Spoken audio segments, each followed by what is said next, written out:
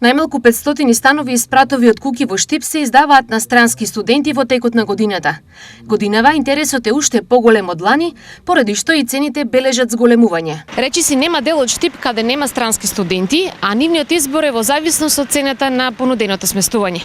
Секоја година станарината расте, а оваа година достигнува кулминација.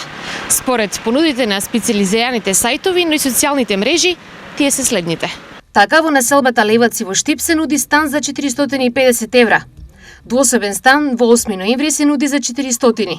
Во комплексот Green Garden стан од 55 метри квадратни се нуди за 650 евра. Во центарот на Штип за 50 метри квадратни се бараат 570 евра. А супер атрактивен стан на улицата Иво Лола Рибар се нуди за 1100 евра месечно. Овие цени во Штип се нормални, иако во населби како Баби, Сењак 2 и Дузлак може да се најдат за само 300 евра.